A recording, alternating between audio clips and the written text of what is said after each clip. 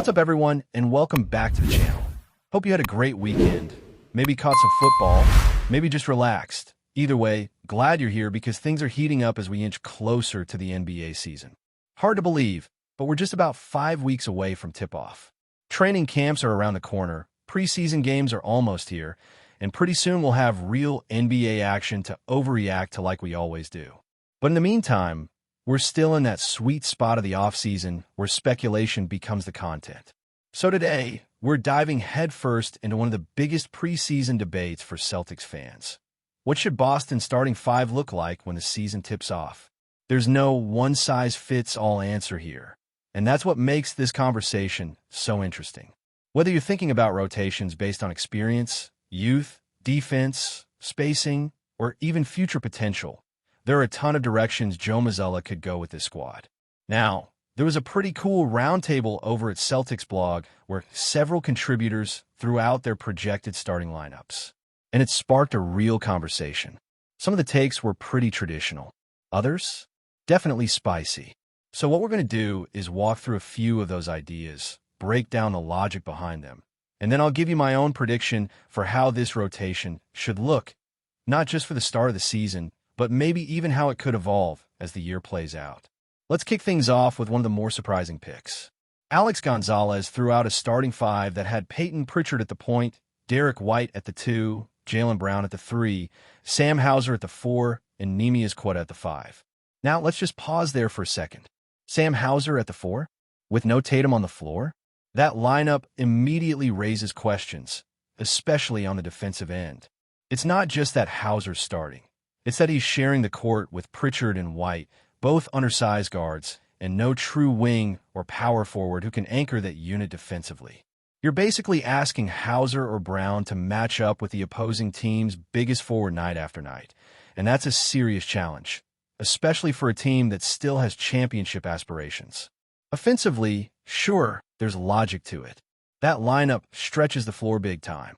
Pritchard can shoot, White can shoot, Brown's a threat, and Hauser is obviously one of the best spot-up guys on the roster. Even Queta has shown some range if you believe the Eurobasket highlights. A 3 here and there. But still, you're essentially trading all defensive stability in the front court for spacing. And that only works if the offense is firing on all cylinders and you're not giving up second-chance points or getting exposed in isolation. It's a bold gamble, and I get the logic behind it. Give Jaylen Brown room to slash, making the offensive focal point, but it's hard to see that 5 holding up for extended stretches. Now, Nick Lawn came in with a different take, one that's a little more grounded in balance. His 5, Peyton Pritchard, Derek White, Jaylen Brown, Chris Boucher, and Neemias Queta. And honestly, that's the 5 that makes the most sense to me too. I know Boucher hasn't been on the radar as a full-time starter, and he's had a bit of a roller coaster career in terms of consistency, but he gives you something this current Celtics roster needs: energy, rim protection, athleticism, and a willingness to do the dirty work. He might not be a floor spacer in the traditional sense, but he's a high-effort player who can crash the glass, alter shots, and get out in transition. Pritchard as the starting point guard is a fascinating discussion. There's a portion of the fan base that still sees him as a bench spark plug, a microwave scorer in a sixth-man role. But look at the numbers. Last season, when Pritchard's usage ticked up to around 19% in select games, his production went up in a big way. 19 points per game in those matchups, shooting over 60% on twos and over 40% from deep. He's an efficient player when given responsibility, and you can't overlook his work ethic. He's one of the hardest working guys on the team, and he's clearly been preparing for a bigger role. The question is, do you trust him to handle the full-time job with the ball in his hands for 30-plus minutes a night? It's a risk, but one I think the Celtics should be willing to take, at least to start the season. The key question in that group is still Chris Boucher. He's 32 now, so we're not talking about some up-and-comer breaking out late. But when Boucher plays with confidence, when he's locked in defensively, he could be a real impact guy. And more importantly, he can give the Celtics something they'll need if they want to survive stretches without Jason Tatum. He can bring chaos. He's not just a shooter. He'll block shots, get into passing lanes, switch across positions. He's a wild card, but in this lineup, maybe that's what you need. Now a few others echoed that lineup, including Jack Quantrill, who also rolled with Pritchard, White, Brown, Boucher, and Quetta. That's 3 people leaning into the same mix, and I get why. It balances offense and defense a little better, adds some length and energy to a small backcourt, and doesn't rely too heavily on any one guy to overperform. Then we got another lineup that swapped in Anthony Simons for Pritchard, keeping White, Brown, Hauser, and Quetta. And that raises another big-picture conversation. Does Boston stick with what they know in Pritchard, or do they go with a more explosive but less consistent option in Simons? Simons has the higher offensive ceiling, no doubt, but Pritchard has the chemistry and the work ethic, and he's already familiar with Joe Mazzulla's system. So again, it's a question of priorities. Do you want the flash and shot creation of Simons, or do you want the structure and floor awareness of Pritchard? As for Hauser, the fact that so many people are including him in their ideal lineups tells me one thing. There's a level of comfort with him. He's been around the team, he knows the playbook, he can hit shots, and he knows where to be. That kind of familiarity is valuable, especially early in the season when rotations are still being figured out. But just like with Pritchard, the question becomes, are you maximizing your ceiling by starting him, or are you just playing it safe? Then we got a real wild card from Charlie Cummings. Peyton Pritchard, Derek White, Jaylen Brown, Josh Minott, and Neemias Quetta. That's definitely the most out there 5 of the bunch, but also one of the most intriguing.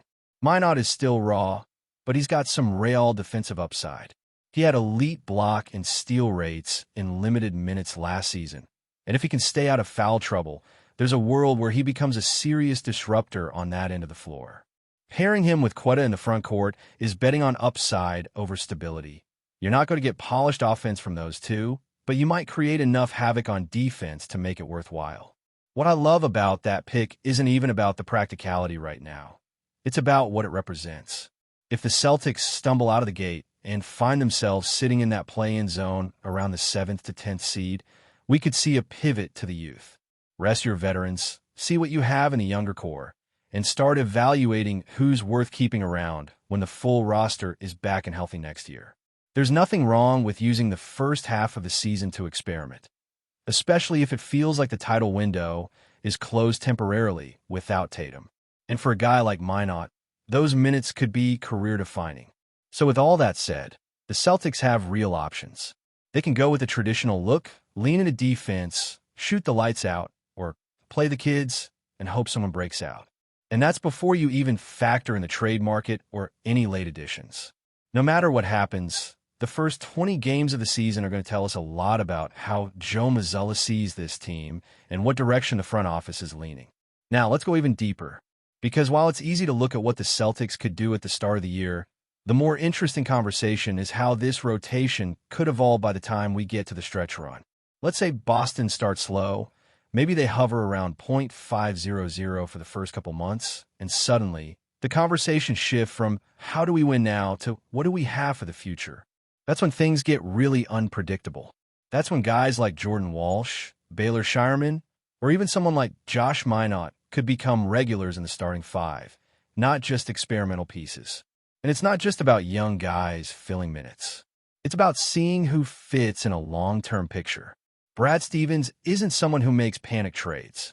He tends to operate with vision, with structure. If he and Mazzulla come to the conclusion that the core of Brown, White, and maybe Simons or Pritchard isn't enough to keep this team in the top 6 without Tatum, they might shift gears. Maybe that means easing off the veterans, giving them rest nights, and handing the keys over to the kids to see what kind of talent is actually in the pipeline. Because here's the thing, Boston has drafted a ton of interesting pieces over the last couple years. Now, it might be the moment to actually figure out what those pieces are. There's also the larger Eastern Conference picture to consider. And honestly, it's a mess. The Cavaliers already have injury concerns. The Sixers are in a constant state of uncertainty. The Bucks have star power with Giannis, but outside of him, that roster feels fragile and inconsistent. The Knicks look solid, but not unbeatable. Then you've got teams like the Magic and the Hawks, both loaded with talent, but still struggling to make that leap. So even if the Celtics don't come out firing on all cylinders, they're probably still in that 5 to 7 range unless things completely fall apart. And if they do fall apart, and that's a big if, then yeah, maybe tanking becomes part of the conversation. Not deliberately, not like a full rebuild, but a quiet pivot. Let Jaylen Brown sit out a couple games. Give White some recovery time. Let Quetta, Minot, Walsh, and the rest get serious burn. And in doing so, you're killing two birds with one stone, preserving your veterans while getting an honest look at who could actually be part of the next era of Celtics basketball. Now let's talk about the elephant in the room, Jason Tatum. When he's not out there, the entire structure changes. He's the gravitational force for this team, offensively and even emotionally. Without him, it's not just about replacing points. It's about identity. Who becomes the go-to guy? Is it Jaylen Brown? Is he ready to be that night-in, night-out offensive engine? Is it White, who's been consistent but not necessarily dominant? Or do the Celtics go point guard by committee and lean into a balanced, spread-the-wealth attack? Because without Tatum, spacing becomes more of an issue.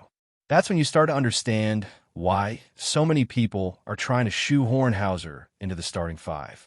Even if he's a liability on defense, even if he's not giving you much playmaking, just the threat of his shooting keeps defenses honest. The same goes for Pritchard. Having 2 or 3 legit deep threats on the floor changes the geometry of the game. It gives Jaylen Brown room to operate, and it gives whoever's running point and outlet when things break down. That's the kind of stuff you have to think about in a post-Tatum setup, even if it's temporary. And then there's Joe Mazzulla. All eyes are going to be on him this year, especially if the Celtics look anything less than a lead out of the gate. Last season, he inherited the job under wild circumstances, stepped into a contender's locker room, and had to figure it out on the fly. Now, there's no more honeymoon. He's had time to implement his system, build his staff, and put his stamp on the team.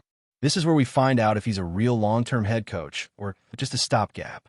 The challenge for Mazzulla won't just be wins and losses. It'll be managing personalities, keeping the locker room unified, and adjusting on the fly. That's why these early decisions about the starting lineup are so important. You can't just throw names on a whiteboard. You got to build a unit that actually fits together. Guys who can communicate on defense, guys who can share the ball, and players who understand their roles. The margin for error in the East is razor thin. There's no time for prolonged experiments. And that brings us to the other topic that started a buzz, player podcasts. I know, it seems unrelated, but it actually ties into how locked in this group is. When Derek White launched his podcast, some fans raised their eyebrows. And then you've got Steven Jackson coming out with the hot take that no NBA player can be both a successful hooper and a successful podcaster. And sure, maybe that's a little extra coming from Stack, but the point is clear. People are watching how these players spend their time. If you're not winning, every side project becomes a distraction. But let's be real. Guys play video games, guys stream, they do interviews. A podcast is just another outlet. It's not the end of the world unless it feels like it's taking energy away from the game. That's why most fans don't care if a role player like White or Trey Murphy has a show. But if Jason Tatum suddenly started podcasting, yeah, people would have opinions. But before we continue, please remember to subscribe to the channel and give the video a like. Your support helps us keep bringing you the latest news about the Boston Celtics. Feel free to share your thoughts on the news in the comments as well. Shockwaves are rippling through the basketball world as rumors swirl about an unprecedented move that could redefine the NBA landscape. Nikola Jokic, the Serbian powerhouse whose dominance at the Eurobasket has left fans and pundits alike in awe, is reportedly heading to the Boston Celtics. The mere suggestion of such a transfer has ignited a frenzy across social media, sports talk shows, and locker rooms from coast to coast. Jokic's Eurobasket performance was nothing short of spectacular. Averaging jaw-dropping numbers in points, assists, and rebounds, he has reminded the basketball universe why he is considered one of the most versatile big men in the game today. Yet, whispers now suggest that his next challenge may not be on European courts, but in the heart of Boston, where the Celtics are rumored to be orchestrating a move that could tilt the balance of power in the NBA. Fans are already imagining the possibilities. How would Jokic's playmaking and court vision mesh with the Celtics' current roster? Could Boston finally bridge the gap that has eluded them in recent playoff runs? Analysts speculate that his arrival would instantly transform the Celtics into one of the most formidable squads in the league, blending his unique skill set with Boston's storied tradition and championship aspirations. The potential chemistry with existing stars is a tantalizing thought, and the ripple effects could extend far beyond the Eastern Conference. While the deal is not yet confirmed, insiders hint at intense negotiations behind the scenes. The basketball world is watching closely, and even rivals are bracing for impact.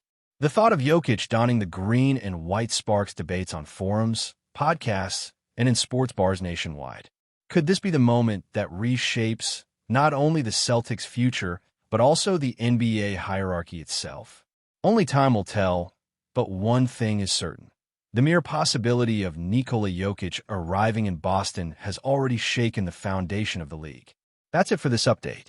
If you enjoyed the video and want to keep receiving exclusive news about the Boston Celtics, please subscribe to our channel and give the video a like. We always appreciate your comments and opinions. See you in the next video.